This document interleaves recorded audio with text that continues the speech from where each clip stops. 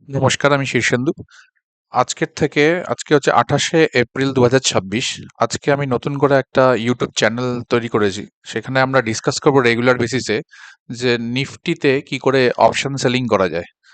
তো তাতে আমরা বিভিন্নভাবে বিচার করব বা আমাদের উইকলি বা মান্থলি ট্রেডে কিভাবে পজিশন সাইজ হওয়া উচিত বা কিভাবে ট্রেডিং করা উচিত। আসুন দেখে নিই আমাদের কারেন্ট চার্টের অবস্থাটা কি আছে। তো এখন যদি দেখা যায় যে আমরা এখানে একটা ডেইলি টাইম ফ্রেমে আছি। তো ডেইলি টাইম ফ্রেমের মধ্যে যদি আমরা সাপোর্ট আর রেজিস্ট্যান্স দুটো আইডেন্টিফাই করার চেষ্টা করি, তাহলে এখানে আমরা দেখতে পাবো, এখানে আমি যদি একটা লাইন টেনে ড্র করার চেষ্টা করি, এরকম জায়গাতে নিফটি একটা রেজিস্ট্যান্স ফেস করেছে। এটা হচ্ছে অ্যারাউন্ড ধরুন 24,600 মতন। 24,614 থেকে মার্কেট ডাউন ট্রেন্ডে এসছে।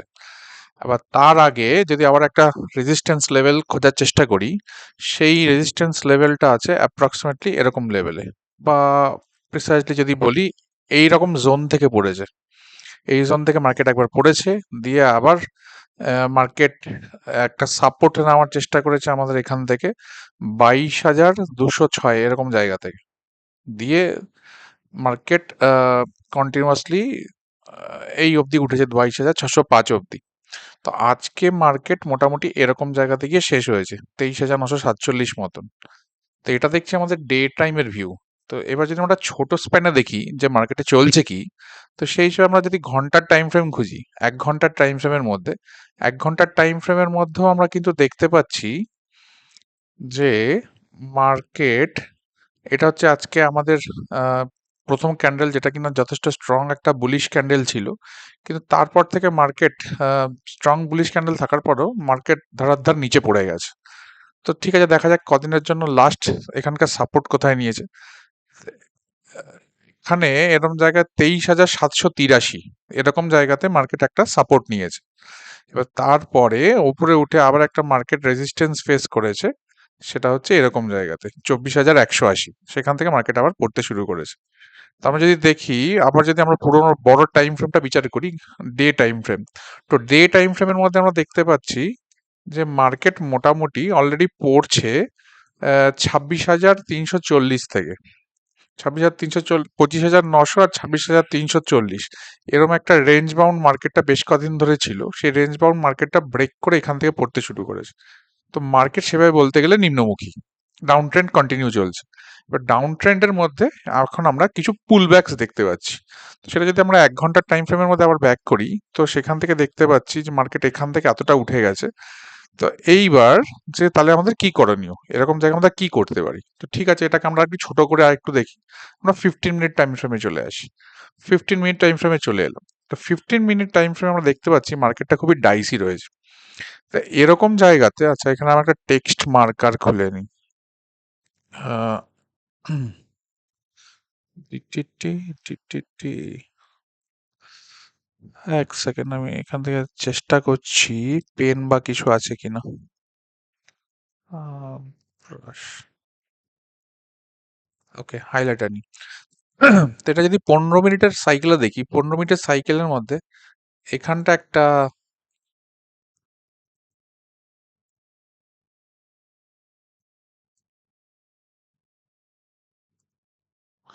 15 মিনিটের সাইকেলের মধ্যে এখানটা এরকম জায়গা থেকে মার্কেট মানে পড়ে গেছে।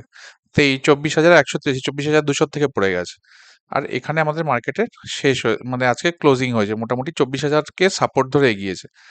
তো কালকে 28 তারিখ অব্দি আজকে এই সিনারিও। কালকে যখন মার্কেট খুলবে তার উপর অনেক কিছু ডিপেন্ড করবে যে কালকে ট্রেডিং সাইকেলটা আমাদের কিরম হওয়া উচিত। তো যদি কালকের কথা ভাবি যে কালকে কোথায় মার্কেট খুলবে তার উপর অনেক কিছু ডিপেন্ড করবে। এই যে কাল আমরা যে দেখতে পাচ্ছি এখানে একটা যে রেজিস্ট্যান্স হিট করেছে 24,183, তো ঠিক এরকম জায়গায় 24,200 পরে যদি মার্কেট দেখি যে মার্কেট ওটা সাস্টেন করছে ফর হাফ এন আওয়ার, আর তারপর থেকে হালকা বুলিশ মুভ রয়েছে, তাহলে মোটামুটি আমরা টার্গেট করতে পারি সেটা আবার 24,600 বা 24,500 অব্দি মার্কেটটা সেফলি যাওয়ার চান্সেস আছে, যদি কিনা 24,200 ওপরে হাফ এন আওয়ার সাস্টেন করে উইথ প্রপার বুলিশ ক্যান্ডেল।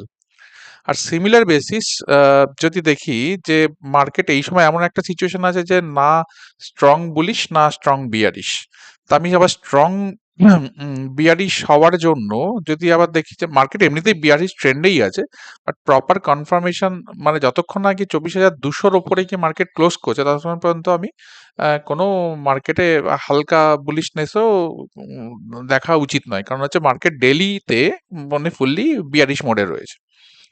তো প্রপার 24,600-র ওপর থেকে 24,500-র ওপর থেকে মার্কেটে অ্যাকচুয়ালি বুলিশ মোমেন্টাম শুরু হবে। তো কিন্তু তাহলে সেই অনুযায়ী আমাদের কালকে কি করা উচিত? কালকে আমাদের আবার অ্যাকচুয়ালি দেখা উচিত যে কিভাবে বিয়ারিশ ট্রেড আমরা কন্টিনিউ করতে পারি।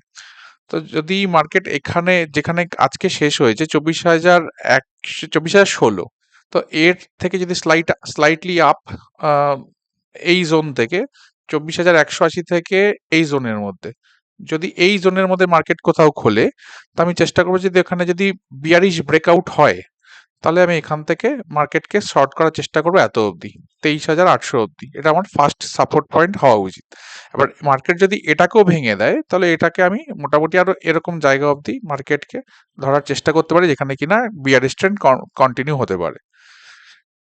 আর বাই চান্স যদি মার্কেট এর ওপরে খুলে যায় তাহলে একটা ট্র্যাপ সিনারিও হতে পারে। তো সেখানে অনেকে মনে করতে পারে যে এটা বুলিশ মুভ হবে, কিন্তু সেই বুলিশ মুভটা হতেও পারে নাও হতে পারে, কিন্তু এটা এর যতক্ষণ না 24,600-র ওপরে 650-কে ক্রস করে ওপরে উঠছে ততক্ষণ পর্যন্ত আমার কাছে মার্কেট ফুললি বুলিশ নয়। তো আমরা কালকে আপাততর জন্য তাহলে আমরা বিয়ারিশ মোমেন্টামই খুঁজবো যাতে কিনা এখানে ট্রেড করে এটাকে 23,800 পর্যন্ত নামার একটা অপশন রয়েছে। ঠিক আছে, আমরা ডেইলি বেসিসে এরকম একটা কানেক্ট করব। ডেইলি বেসিসের মধ্যে আমরা দেখবো যে নিফটির ডেলিকার ট্রেড কি হতে পারে না হতে পারে, আর সেই অনুযায়ী আমরা চেষ্টা করবো এরপর থেকে সেগুলো ব্রডকাস্ট করার বা লাইভে কানেক্ট করে একসাথে মিলিতভাবে টিমে ট্রেড করার। ঠিক আছে, আজকের মতন করে এইটুকুই। তাহলে আমরা তাহলে কালকে আবার মিট আপ করবো। Thank you.